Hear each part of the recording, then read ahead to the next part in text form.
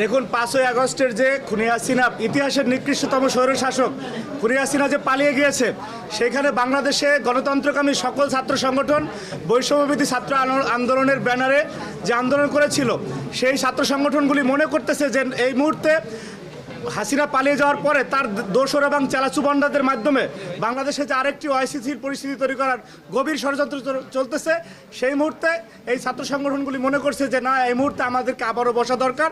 এবং সেই প্রক্রিয়ার ধারাবাহিকতা আজকে আমরা এখানে বসেছি। বৈষম্যবিরোধী ছাত্র আন্দোলনের সমন্বয়ক সহ কেন্দ্রীয় নেতৃবৃন্দ এবং 19টি ছাত্র সংগঠন এখানে আছে। আমরা সবাই একই আলোচনা করে সিদ্ধান্ত উপনীত হয়েছি যে আগামী এক সপ্তাহ ছাত্র সংহতি সপ্তাহ।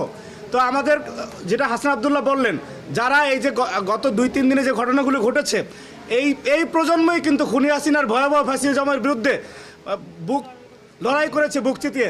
তাদেরকে যদি কেউ প্রেসক্রিপশন দিয়ে ভুল পথে পরিচালিত